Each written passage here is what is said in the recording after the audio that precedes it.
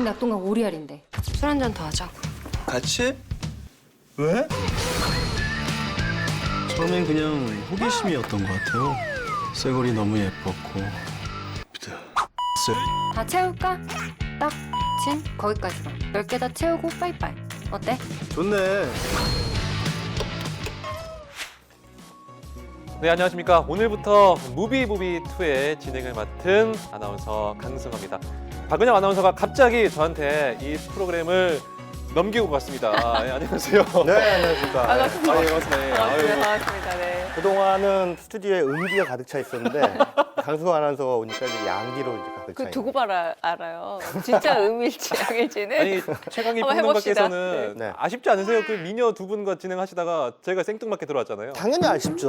오늘 어쩌겠습니까? 미녀 한 분이셨어요. 근데 미녀 한 분 계시다가 미녀 한 분 나가셨습니다. 아니에요. 제가 강유정 교수님도 미녀십니다. 예. 이렇게 바뀌는군요. 오늘 저와 함께 첫 번째로 만나볼 영화는 연말입니다. 정말 좀 옆구리 시리신 분들 참 많을 텐데 그래서 로맨틱 코미디 영화 준비해봤습니다. 윤계상, 한예리 주연의 극적인 하룻밤입니다. 네. 사실은 최근에 뭐 이터널 선샤인도 재개봉을 했지만 그에 비해서 좀 로맨틱 코미디가 많진 않아요. 아주 오랜만에 나온 로맨틱 코미디죠. 네. 한국 영화뿐만 아니라 네. 요새 좀 전체 영화계에서 맞아요. 로맨틱 코미디라는 장르가 왠지 90년대 전성기를 부과하고 사라지는 게 아닌가 하얀 생각이 길로 접어드는 거예요. 들 정도로 거의 없네요. 정말. 네. 시작은 결혼식입니다. 결혼식 날 어떤 남자가 자기의 전 여자친구를 보면서 이렇게 눈물을 흘리고 술에 취하는데 이상한 묘령의 여자가 자꾸 자기 근처를 오가는 거죠. 그러면서 어쩌다 보니 이를테면 하룻밤을 같이 보내게 됐는데 그녀가 자살 기도를 하게 되는 겁니다. 그래서 생각지도 않게 그녀가 누군지도 모르고 병원에 보호자로 끌려가게 되는데 웬일인 거죠? 이렇게 골치 아픈 여자는 다음날부터 생각나지 말아야 되는데 자꾸만 생각나는 거예요. 그녀가 결국엔 커피 쿠폰 있잖아요. 보통 10개 찍으면 하나 공짜로 주는 쿠폰을 채우면서 만나자. 다 채울까? 응? 딱 거기까지만. 그 과정에서 이런저런 일들이 발생하는 그런 해프닝의 재미를 보여주는 그런 작품이라고 할 수 있겠습니다. 오랜만에 나왔잖아요. 네네. 좀 뭔가 색다르고 좀 제목 그대로 극적인 뭐 요소가 있습니까? 사실 근데 이 극적인 하룻밤이라는 말 자체가 약간 아이러니한데요. 영화는 이미 극적이에요. 어떤 면에서요? 극적이지 않은 영화가 어디 있겠어요? 다 극적이죠. 그렇죠. 예. 극적성, 극성을 가지고 있지 않으면 영화가 아닌 거예요. 예. 그러니까 극적인 하룻밤이라는 말 자체가 약간 모순인 거예요. 예. 그냥 무슨 그러니까 수식어를 좀 바꿔야겠죠. 로맨틱 코미디라는 장르 자체가 줄거리 라인은 티격태격해서 아웅다웅 가다가 알쏭달쏭 가다가 그 다음에 오글오글로 가는 거거든요.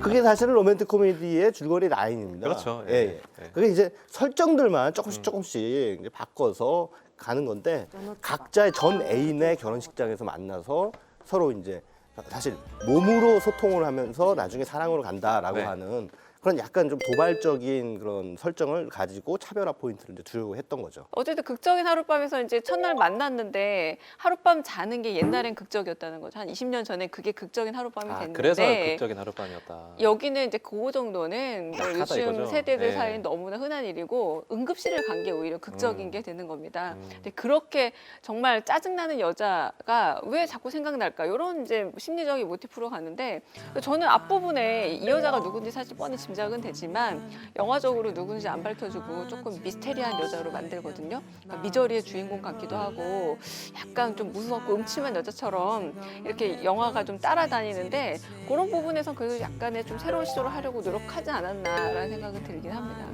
근데 이 영화는 이제 전제부터 처음에 이 한예리 씨가 윤계상 씨한테 다가가는 그 순간 그게 이제 하나의 나중에는 음모였다라는 것이 이제 초반부에 밝혀지는데 그것 자체가 말이 안 돼요. 왜냐하면 전 애인의 그러니까 X라고 보면 X의 결혼식에 그 X의 와이프가 될 사람의 X가 올 거라는 걸 어떻게 알았겠어요?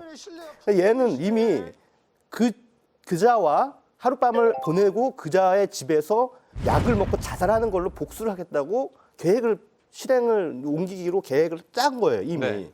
근데 그걸 어떻게 자기가 계획한 대로 되겠냐고요. 우리가 흔히 얘기하는 우연성이라는 거. 그렇죠. 그래서 네. 이 우연성이라는 것이 남발되면 이상해지는데 이 영화에는 그런 우연성이 중간중간에 몇 번이 나옵니다. 예. 로맨틱 코미디라는 게 그런 약간의 인공적인 우연성 위에 만들어진 장르잖아요. 그렇기 때문에 가령 가장 오래된 로맨틱 코미디라고도 말하는 스크롤 코미디 원조인 어느 날 밤에 생긴 일, 그것도 어떻게 보면 극적인 하룻밤이라 할 수 있을 텐데 뭐 나와서 하필 도망간 그렇게 유명한 재벌집 딸을 그렇게 또 유명한 기자가 만나고 이것도 다 우연이란 말이에요. 그런데 그런 우연들을 인정하지 않으면 저는 로맨틱 코미디 약간 장르가 좀 선사가 안 되는 것 같아요. 로맨틱 코미디는 원래 원형적으로 조금 억지스러운 우연 위에서 출발한다라고 저는 조금 봐줘야 되는 부분이 없지 않아 있지 않을까 싶고 조금 귀엽게 넘어가 줄 수 있는 이게 강릉 장르적인 교수는 좀 귀엽게 넘어갈 네. 수 있지만 저는 귀엽게 안 넘어가져요. 그게 거기서부터 이미 그럼 빠그러져 버려. 개연성이 완전한 빠그러져 버렸기 로맨틱 때문에. 코미디가 어디 있어요? 아니 그러니까 근데 제가 저 연애 경험을 네. 생각해 보면요. 예. 근데 저도 되게 극적인 상황이 많았어요. 이거 아니 그러니까 와이프가 자기의 자신의 연애상은 다 운명적이지. 자신의 그렇죠, 예. 배우자는 다 운명적으로 만나게 되고 네. 그냥 우연이지만 사실 그 운명이라고 포장하고 싶은 거잖아요. 소재로 좀 넘어가 보죠. 네. 이게 이거 좀 말을 해야 되나? 몸친. 네. 굉장히 좀 저 더한 말도 나와요 영화에서. 잘못한 말이잖아요. 이게 어쨌든 이 몸친이 이게 사랑으로 가는 과정이라 이거죠. 네네. 이 소재에 대해서는 어떻게 생각하시죠? 저는 약간 리얼하다고 봤어요. 모르겠지만 요게, 예. 요즘에 사실 제가 젊은 세대에 대해서 갖고 있는 환상일 수도 있겠지만 조금 윗세대보단 자유롭지 않을까라는 생각이 들었고 이런 감성들이 20대 중반 정도의 좀 젊은이들에게 보편적인 정서라면 몸친이라는 개념도 그렇게 어색하진 않을 수 있겠다. 예전에 싱글즈라는 영화에서도 이범수랑 그리고 마지막에 그 엄정화 커플이 그렇게 술 먹고 연인이 되는 커플로 그렇죠. 오랜 나중에 친구에서. 예. 등장하기도 하는데 그런 거 보니 뭐 좀 요즘 젊은 세대들의 이야기만도 아닌 것도 같네요. 로맨틱 코미디 또 꼭 나오는 게 뭐예요? 쿨. 여자들이 가죠. 어딜 가? 꼭 해외로 가. 꼭 공항으로 가요. 그것도. 그러면 또 나중에 남자가 또 문득 예. 깨달아. 남자는 내가 이 여자를 사랑하고 있었어. 그렇죠. 뛰어요 또. 가야지. 뛰어. 예. 차는 막혀. 차에서 내려. 그리고 또 뛰어. 땀 뻘뻘 흘려. 여자를 아직 탑승구로 들어가기 직전. 한번 뒤로 돌아봐. 너무 돌아봐.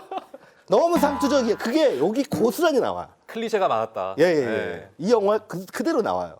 알겠습니다. 그러니까 무슨 얘기냐면 네. 로맨틱 코미디도 상투성과 진부성을 벗어나기가 힘든 장르를 그래서 사실 지금 하향세로 접어들고 있는데 네. 그렇죠. 그러나 거기에서 엣지라는 걸 만들어낼 수가 있어요. 그러니까 이를테면 귀여운 여인에서 예. 줄리아 로버츠가 그 목욕탕 안에서 혼자 막 키스 하면서 그 프린스 노래를 부르잖아요. 네. 그런 장면 하나하나가 사실 그 로맨틱 코미디의 전형성 위에 얻는 엣지 있는 토핑이거든요.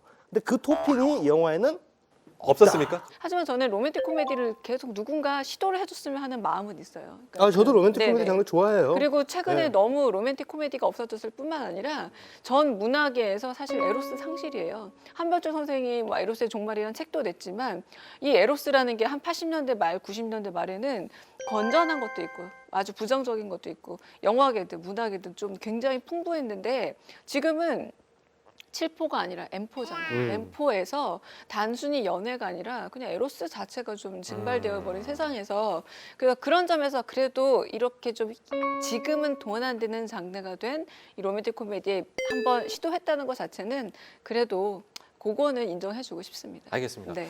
그래도 좀 이 영화를 봐야겠다고 생각되는 점이 배우들 때문이잖아요. 뭐 윤계상, 한예리 같은 좀 핫한 스타들인데 이 두 사람의 연기는 어땠나요?